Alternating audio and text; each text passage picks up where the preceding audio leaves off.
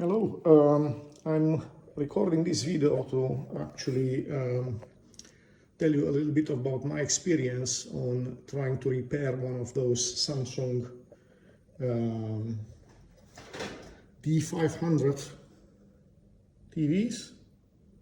Okay, so initially the fault happened while the TV was working, and suddenly it stopped completely operation, and I could notice that the red light in front of it would turn on for a little bit, blink, but with not much regularity, so there was not an actual code being transmitted, and it would look like the TV would try to turn on and off more or less randomly. Initial assumption also, initial search on internet pointed out to the fact that the power supply board, which is this one here, may be broken. So basically I bought a new power supply, and whilst I was testing this new power supply, I realized the power supply may actually be okay, so that there was another fault. And then also reading some more, there were some reports that the control board may be broken. So while the board tries to boot up, it reaches some fault and it causes it to reset again and again. Also, if you look at buying one of those boards, you'll realize it's not that cheap. Okay, actually the power supply was much cheaper than the control board. But then I read some more reports, and someone said something about the backlight, that the backlight may be broken.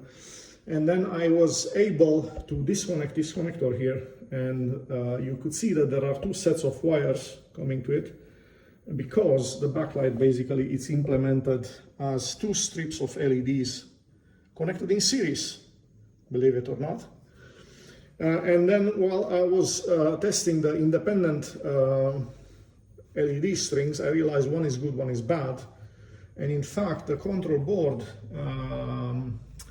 can realize that there is no load current drawn from the LEDs and something is broken, and that was something that was causing it to reset. Okay, so when I was buying the power supply, I also the seller gave me this wire, this cable. And if you look at the signals, you do notice that one of the signal, the power on-off on pin number 14, can force a power supply to turn on, independent on what the control board would sense during the initial diagnostics. Okay, and while I was forcing the power supply to turn on, I realized that actually sound will work. Image also, you will see it, but obviously with a backlight you need to shine a light on top of the LEDs to see the shadows behind, and then you realize that actually the control board is okay, it's only the backlight missing. Okay, then I realized that I could either bypass one of the LED strings and turn the second LED on, but I was not knowing exactly how the power supply works. Okay, so just to show you a small diagram, the power supply basically has two power supplies inside.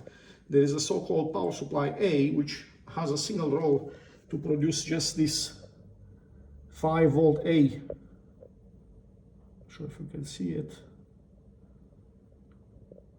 A, you see it here, it's A 5-volt on pin 12. That is then sent to the control board, and I think the only circuits fed on the control board are the ones being able to sense signals received from the remote control.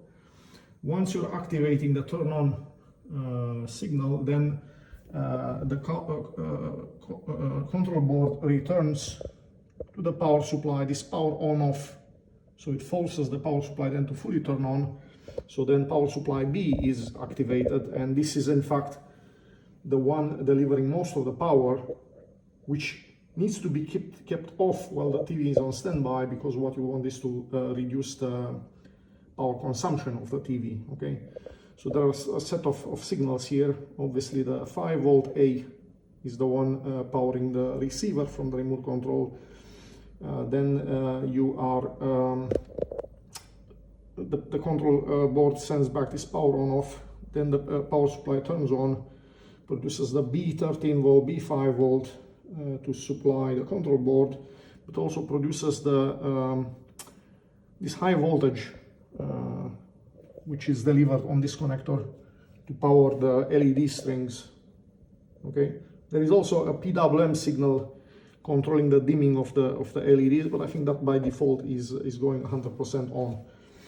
Okay, so in principle, you know, it should be quite easy to just bypass the 2 wires of the faulty LEDs, but if you try to do that, you'll realize that the TV will still not work. And I think what happens is that the power supply producing the voltage for the LEDs, it's a current controlled one. And I think that the way that it works has a minimum duty cycle. And if you try to deliver too little voltage on the output, it will not work. So the power supply expects probably something in the range of 150 to 200 volt. And I tested that it works as low as 100 volt, okay? But the full power LED string needs only 95 volts. So obviously if you short circuit one of the strings, it will not work. I'm not sure if this is just a coincidence or it's by design it was made to make sure that the user cannot bypass on its own faulty LEDs and therefore get an initial sort of half repair of this. So what I did here was, obviously I started with a very high resistance, usually designed to cause the nominal voltage drop as seen by a real LED string at the rated current, and then I was reducing more and more the resistance, because obviously I did not want it to end up with a very high power loss. And in this particular case, I think I ended up with a 43 ohm resistance, which I think at a current of about 0.2, 0.25 amps gets you only about 10 volt voltage drop. So the power loss is added by the resistance is not as high. Obviously, I had to do the connections on the back, solder it, this resistance on the back side of the PCB, and secure it with a piece of wire on one of the bolts, which secures the PCB on the back plate of the TV. Well, it doesn't look very nice, but I used this for about a month, and the TV seems to work now. So this is the... So I'll show this from a distance. You can clearly see that the left side LED bracket is working. The right side it doesn't. Obviously, the LEDs have a particular angle in which they shine the light. So basically, you end up with a shaded corner here. But end of the day, if you are in the same situation I was, you realize what the fault is, you order your own replacement brackets, and you still want to use the TV in a sort of half repaired state, this is reasonably reasonable. I just wanted to show you this particular way of repairing it. So what I will do now, I will open this TV. You probably may notice that in order to replace the LED bars, you need to open all this, take out all the side metal, and then you see you need to get access to these inner bolts here, which obviously are screwed from the inside out. I would say they are specifically designed for someone not to attempt repairing it, because it's way too complex.